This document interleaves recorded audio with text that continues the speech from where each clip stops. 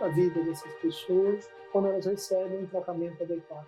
Eu falo que muda a vida da pessoa que está recebendo o tratamento, mas de toda uma estrutura familiar, né, Erasmo? Sim. Porque, especialmente no caso de autismo, a gente lida muito com os comportamentos interferentes, o que mobiliza toda a família, né? Tem todo um estresse ali generalizado no dia a dia.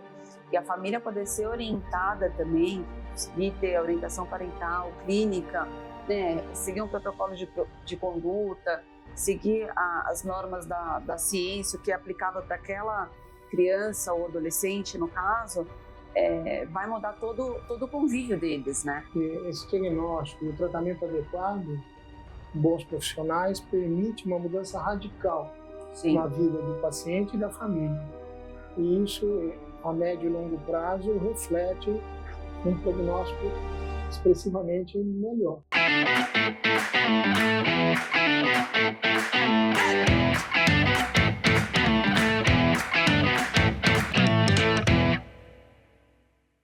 Olá, estamos aqui hoje para gravar mais um episódio do Formário Talks e hoje eu estou aqui com o Dr. Erasmo Casella, ele que é neurologista e uma das maiores referências no Brasil para falar sobre o tema autismo. Estamos superdiagnosticando?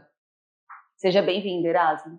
Obrigado pelo convite, é um prazer estar aqui hoje, espero que eu possa ajudar as pessoas que nos assistirem.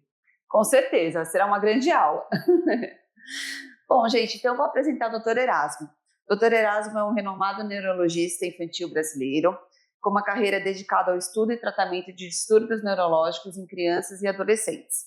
É professor livre-docente em neurologia pela USP desde 2013. Atualmente atua como médico do Instituto da Criança, do Hospital das Clínicas, da Faculdade de Medicina de São Paulo, onde coordena um ambulatório de distúrbios do aprendizado. Além disso, é professor colaborador médico do Departamento de Pediatria na mesma instituição. Sua expertise abrange áreas como distúrbios do aprendizado, déficit de atenção, transtornos do espectro autista, erros inatos do metabolismo e emergências em neurologia infantil. Dr. Erasmo Casella também é coautor do livro Transtorno do Espectro Autista, TEA, Manual Prático de Diagnóstico e Tratamento, uma referência super importante para os profissionais da área. Com uma sólida formação acadêmica e vasta experiência clínica, Dr. Erasmo Casella é uma figura de destaque na neurologia pediátrica do Brasil, contribuindo significativamente para o avanço do conhecimento e tratamento de condições neurológicas em pacientes jovens. Erasmo, hoje a gente tem aqui um assunto super polêmico, né? Que todo mundo tem falado. Será que a gente está dando diagnóstico demais para as pessoas com autismo? O que está acontecendo? A gente sabe que, segundo o CDC, a cada 36 pessoas, uma é autista. Então, a pergunta que não quer calar: estamos superdiagnosticando o autismo? Acho que essa é a pergunta de $1 milhão. É isso. Mas, na verdade, esse aumento que aconteceu nos anos 2000 era 1 para cada 150, agora 1 para 36.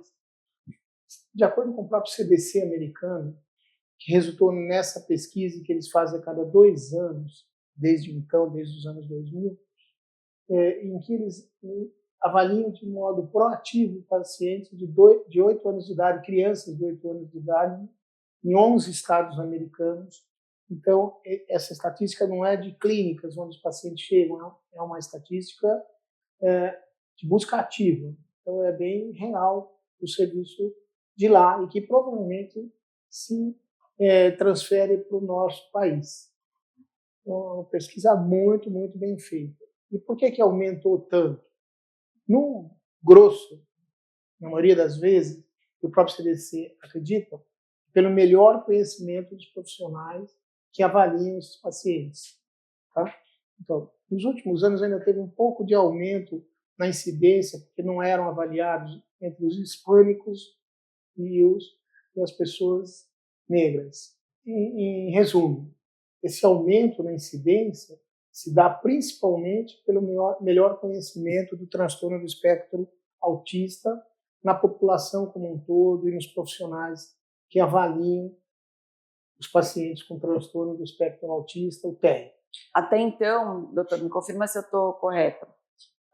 Alguns pacientes, a gente não sabia muito bem o diagnóstico, como distúrbio da fala ou deficiência intelectual, tinha essa dúvida, né? Se era autismo, se não era autismo. Com a melhora dos critérios diagnósticos, a gente conseguiu limpar um pouco mais isso, né? Essa pergunta é muito importante. Por quê?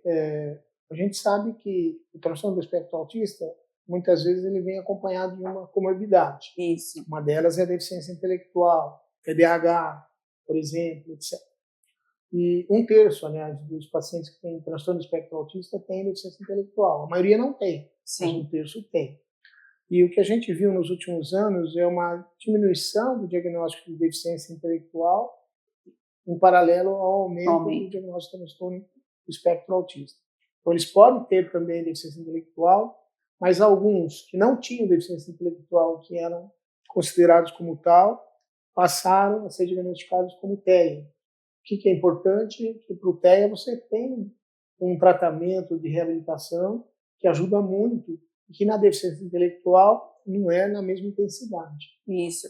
Acho que o senhor tocou num ponto super importante, que muitas pessoas que são leigas têm muito medo e receio do diagnóstico, de qualquer diagnóstico, né? Falou em transtorno mental, saúde mental, as pessoas fogem um pouquinho, é cultural aqui no Brasil isso. E nesse caso, e como em tantos outros, eu acredito, uma vez que você sabe o diagnóstico, você consegue ter melhores condutas clínicas, começar a intervenção quanto antes, então isso faz muita diferença, né? O diagnóstico é fundamental. Existe uma situação que acontece com as famílias, não é incomum, é quando você recebe um diagnóstico qualquer, sim, a pessoa no início nega, às vezes fica até com raiva da situação, mas o importante é que o diagnóstico deve ser aceito e que as pessoas arregassem as mangas, comecem a procurar os melhores tratamentos o quanto antes possível, porque esse tipo de situação merece uma abordagem muito adequada. Muda muito a vida dessas pessoas quando elas recebem um tratamento adequado. Eu falo que muda a vida da pessoa que está recebendo o tratamento, mas de toda uma estrutura familiar, né, Erasmo? Sim. Porque, especialmente no caso de autismo, a gente lida muito com os comportamentos interferentes, o que mobiliza toda a família, né? Tem todo um estresse ali generalizado no dia a dia. E a família poder ser orientada também, conseguir ter a orientação parental, clínica, né, seguir um protocolo de conduta, seguir as normas da ciência, o que é aplicável para aquela criança ou adolescente, no caso, vai mudar todo o convívio deles, né? Esse diagnóstico e o tratamento adequado, bons profissionais, permite uma mudança radical, sim, na vida do paciente e da família.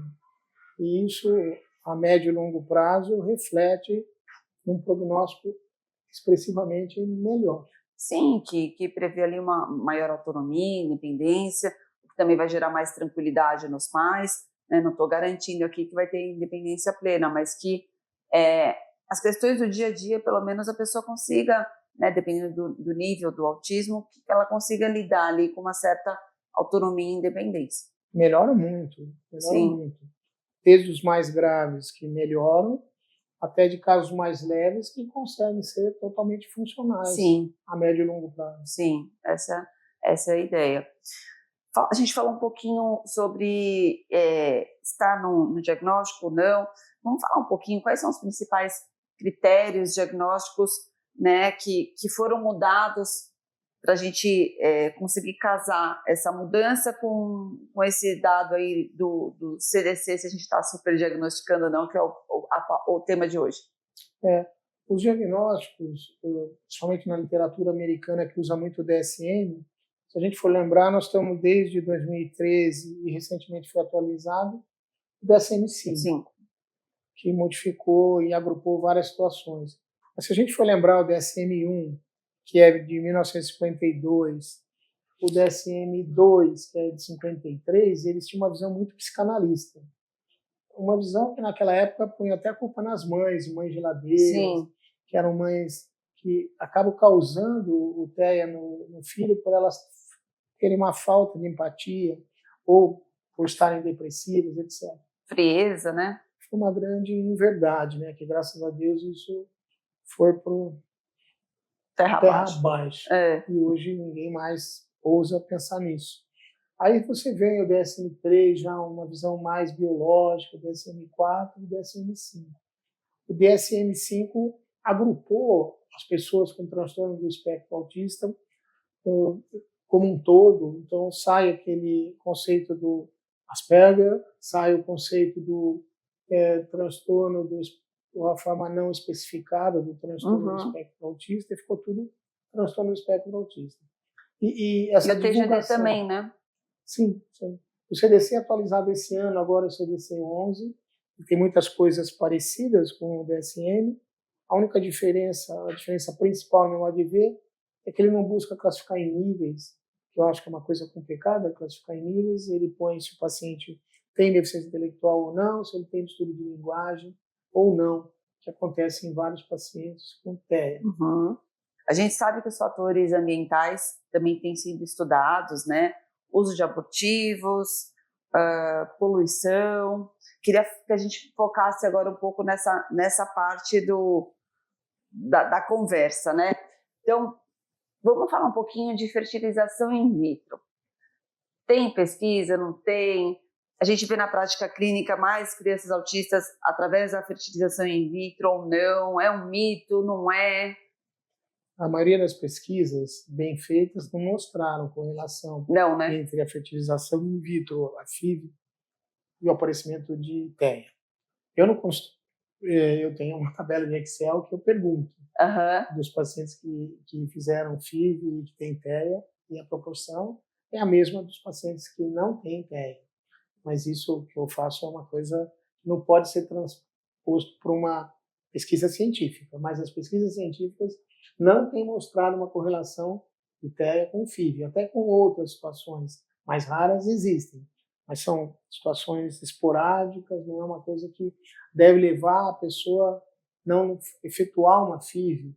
Aquelas pessoas que estão desejosas de ter um filho, não tem como ter naturalmente, no meu modo de ver, não deve evitar a FIV por causa disso.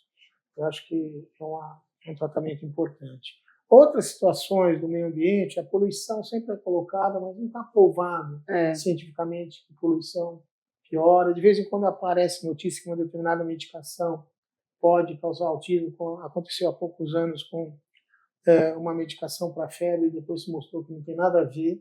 Então é importante, sempre que a gestante for usar uma medicação, conversar com o seu médico. Alguns remédios antidepressivos aumentam um pouco a incidência, é pouco, de você ter um TEA, muito pouco, é muito pior uma depressão materna. Mas o que tem provado é que alguns anticonvulsivantes, como o ácido valproico, o topiramato, eles têm uma relação. Não é que todo mundo que usa essas medicações vão ter TEA, mas a proporção é um pouco maior e tem uma diferença estatisticamente significante com o uso do ácido valproico e do topiramato e uma maior incidência de TEA. Então, o que é preciso é você avisar o médico do que está acontecendo.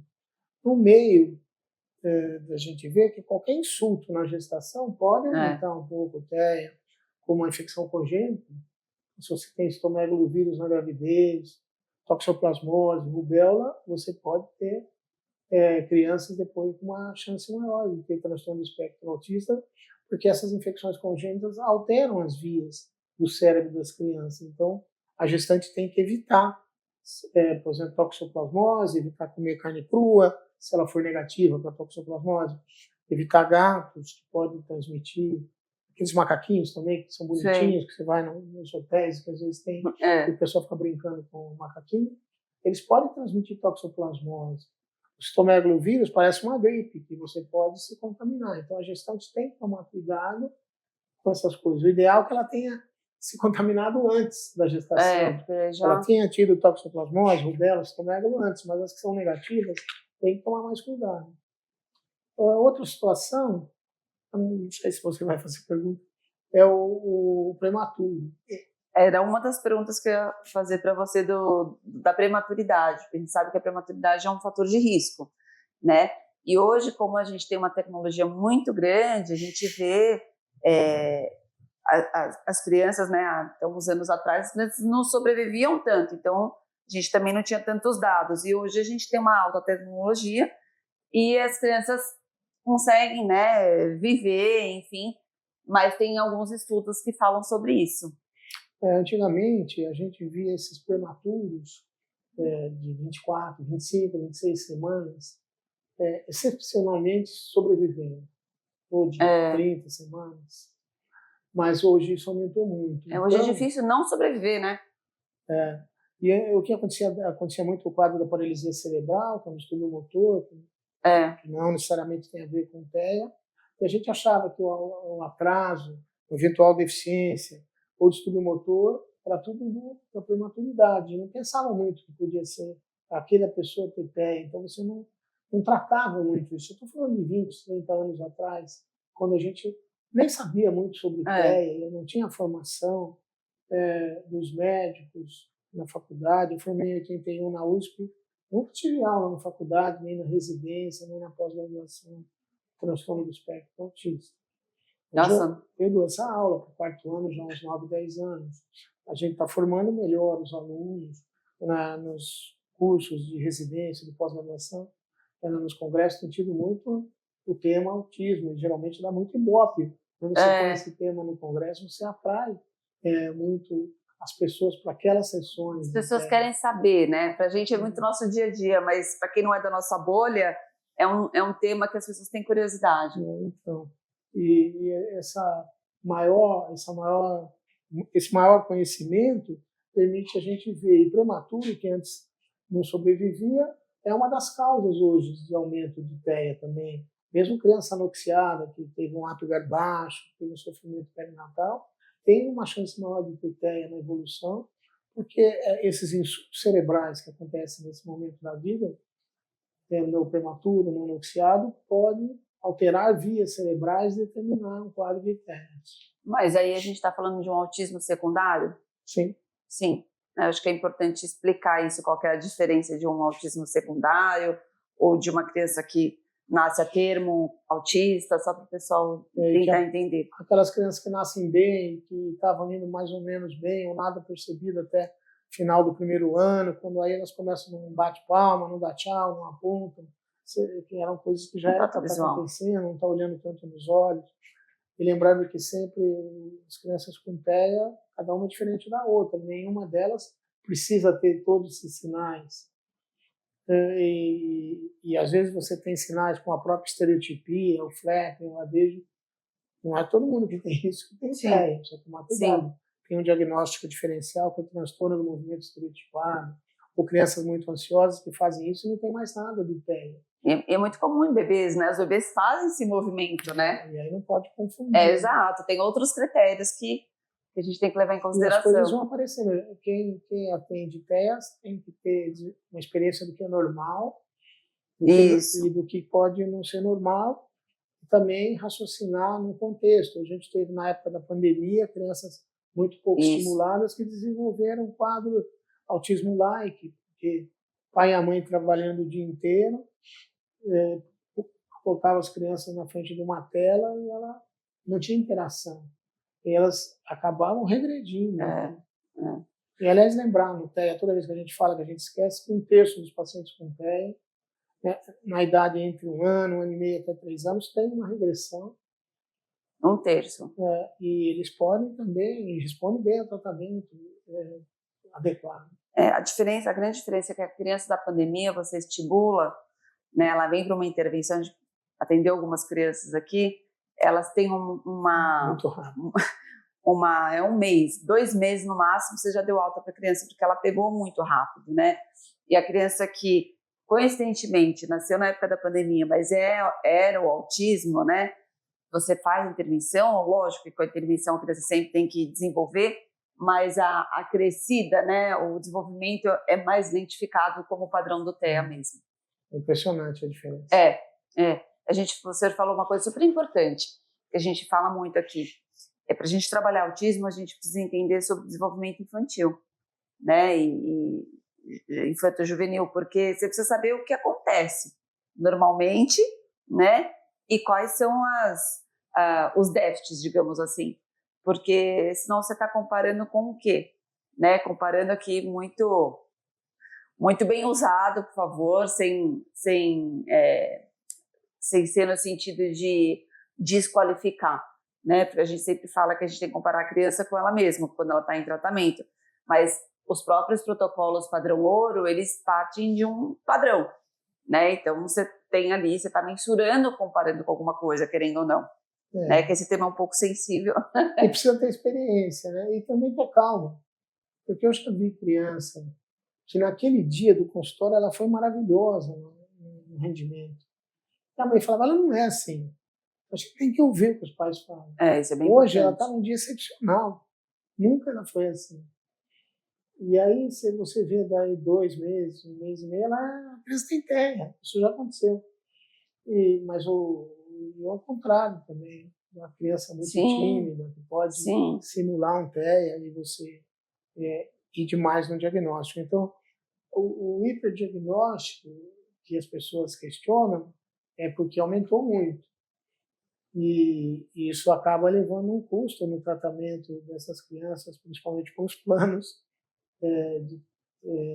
de saúde médicos, que ficam preocupados se a gente está hiperdiagnosticando, porque o custo deles aumentou muito. Sim. Mas o fato é que, infelizmente, a gente não tinha esse diagnóstico e tratamento antes. Então, pessoas que hoje estão nessa faixa de 25, 26 anos, não receberam esses tratamentos. Esse paciente que você acabou de ver, não posso falar o nome, foi diagnosticado com 8, 10 anos. Ele tem 25. É justamente isso, justamente essa fase, né? Então, ficou fazendo o quê? E até porque, além, não sei se era o caso desse, mas tinha outros pacientes que são muito agitados no começo e até têm um desenvolvimento bom de linguagem. Sim. E que não é o que acontece na maioria, parecem um TDAH. Então, eles eram tratados como TDAH e também nessa faixa. Por isso que aquela pesquisa do CDC ocorre com 8 anos, que é um momento que acontece muito hiperfoco e que ajuda no diagnóstico. Então, o fulano vai começar a ficar 1 ano, 1 ano e meio desenhando caricaturas de homens ou de mulheres, ou um interesse específico de carros, e aí o diagnóstico vem tardiamente. E é óbvio que se você diagnostica o TDAH primeiro, existem estudos que mostram isso, até estou orientando uma tese agora, nesse momento, com esse aspecto, se atrasa em 3 anos, em média, o diagnóstico do TEA. E o diagnóstico do TEA seria muito mais importante de ser feito mais precoce que o do TDAH, porque pela plasticidade cerebral, a intervenção no TEA precoce muda muito. Então, e é uma intervenção com outro formato, né? Exato. É um outro formato, uma outra intensidade, tudo diferente, né? Interessante esse dado, que atrasa 3 anos. Uma média, né? Tá. A gente falou da FIV. Uma outra pergunta que eu tenho aqui, que também é algo muito falado, é sobre a idade paterna, né? Qual que é a partir de quantos anos seria mais indicado não ter filhos? Outra pergunta de milhões. Temos essa resposta ou não? Toda vez que você faz um estudo científico, a gente tem que tomar cuidado que ele mede diferenças que não são tão fortes, mas para ser significativa, não é que assim, a idade que os artigos falam a idade são 50 anos. Para o homem e para a mulher se discute muito 40 anos, de aumento da incidência de crianças com TEA.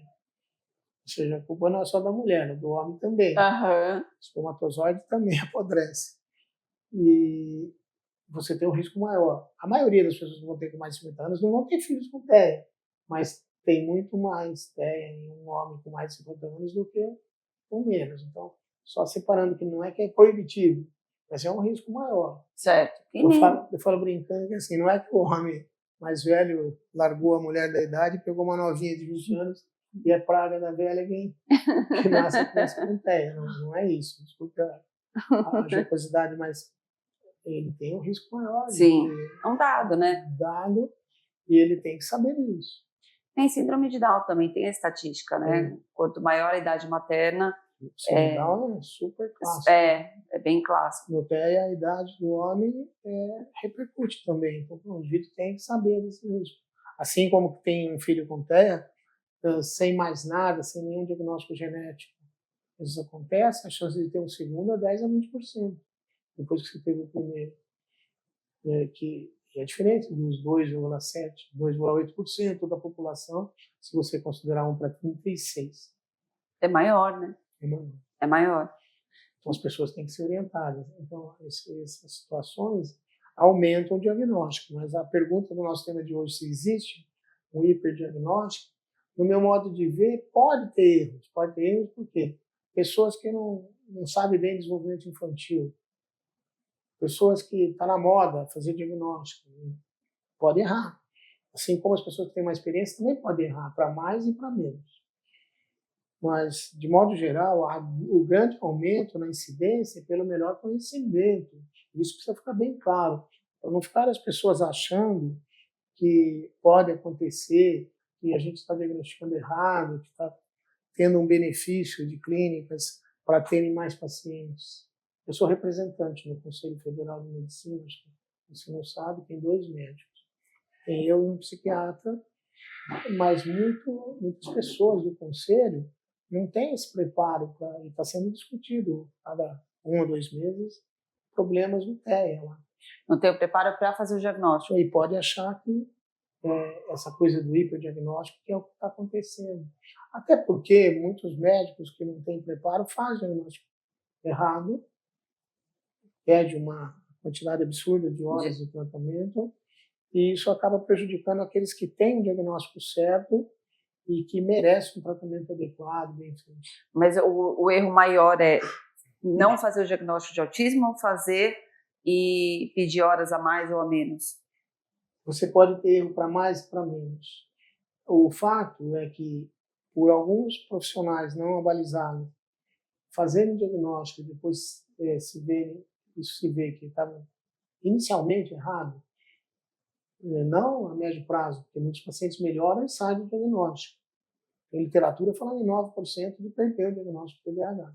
E 9% perder o diagnóstico de TEA, desculpa. Com quantos anos tem isso? Isso varia, nessa idade aí que você vai entrando 9%, 9% é bastante, né?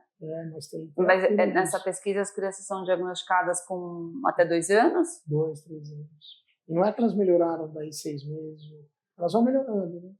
Geralmente são crianças muito inteligentes, que foram bem tratadas, tá, e que não preenchem mais os critérios diagnósticos. Existe estatística mostrando isso. Então, eu sou muito a favor de um tratamento adequado, bem feito, uma carga horária inicial maior, mas que em algum momento na evolução pode ser diminuída, e trocando para algumas coisas, tipo esporte, tipo relacionamento com crianças, mas tem que ter uma supervisão dos terapeutas muito forte de que causaram a melhora desses pacientes, e não dá para largar não, porque tem, como eu falei, tem criança que vai aparecer com 7, 8 anos quando começa o hiperfoco.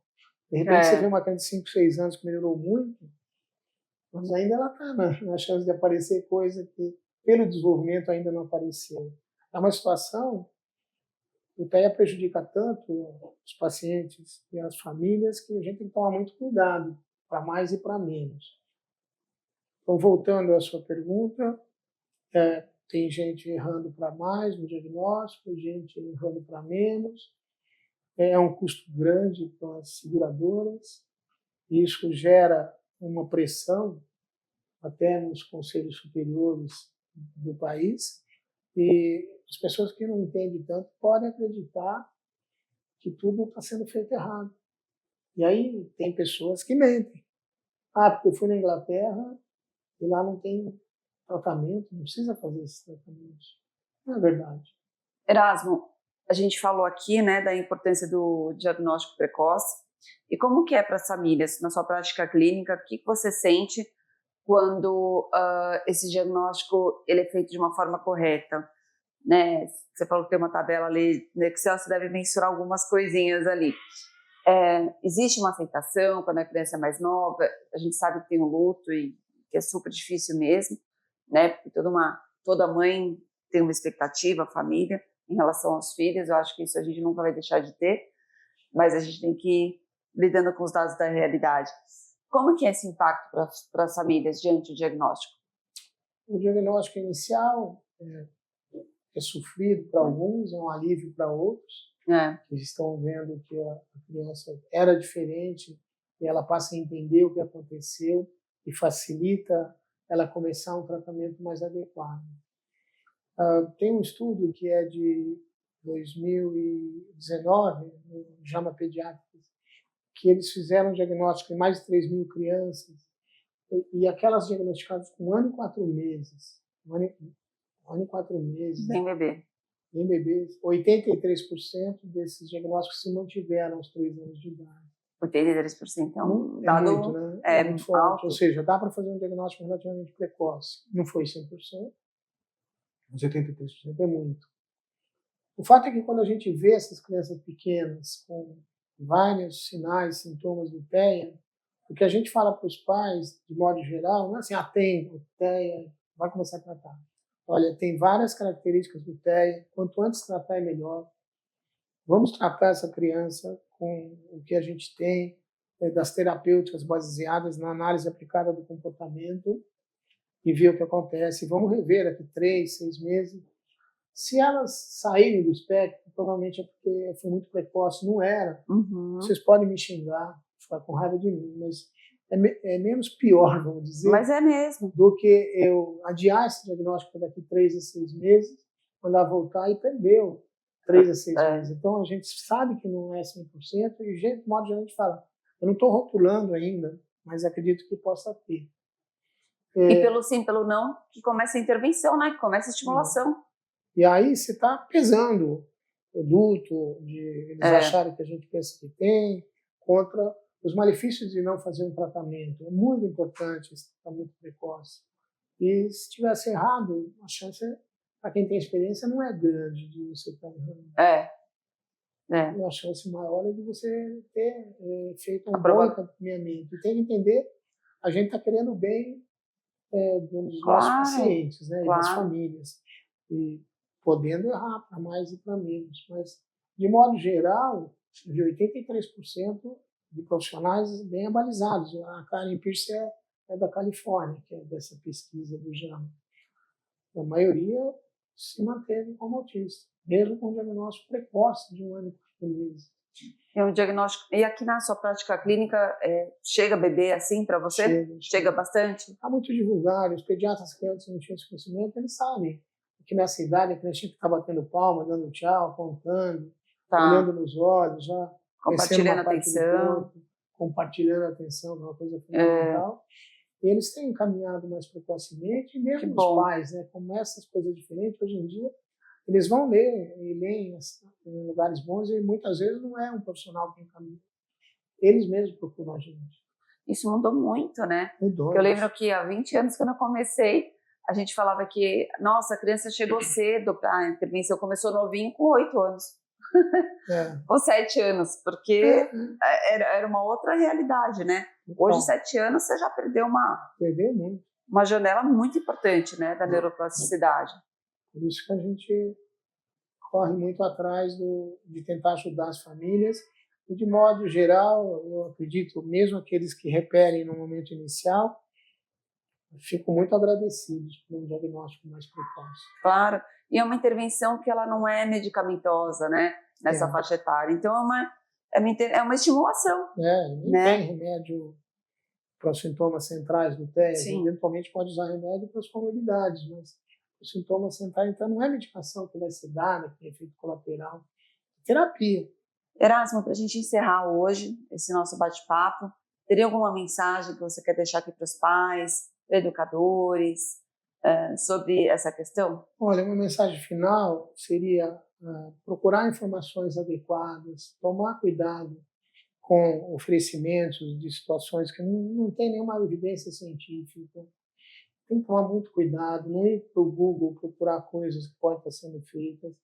Aceitar o diagnóstico, e não é que tem um fechamento de possibilidades, tem muita luz ali naquele túnel. E eles vão ver que essa melhora é grande e curtir cada melhora da criança. Ter paciência, não fica esperando o filho ficar perfeito para curtir ele perfeito. Curtir cada momento que ele vai melhorando. Porque senão a vida vai passando e você não aproveitou os ganhos nem o seu relacionamento com essas crianças. Isso é muito importante mesmo, porque senão fica sempre uma relação que a criança nunca vai suprir, né? Porque a expectativa da família versus o que a criança é, e aí tem um espaço grande entre isso. E aí fica um sofrimento familiar grande, né? E essa criança sempre devendo alguma coisa, né? Em termos de desenvolvimento. E você perde momentos de muita alegria que você pode ter com o filho, com as aquisições que eles têm, com as alegrias que eles nos dão. É verdade, verdade. Gostei da sua mensagem final. Acho que é uma mensagem otimista e de ânimo, né? Para a gente valorizar cada conquista que eles vão tendo ao longo da vida. Acho que é isso, Erasmo. Obrigada por você ter vindo. Eu sei que sua agenda é super cheia. Obrigada por você ter vindo aqui compartilhar esse conhecimento super importante com o pessoal. Eu que agradeço. É um prazer estar aqui pela segunda vez. Venha sempre. Finalizamos aqui mais um episódio do Formário Talks. Falamos sobre autismo. Estamos super diagnosticando, sim ou não? Para você saber essa resposta, acompanhe o episódio inteiro nos nossos canais.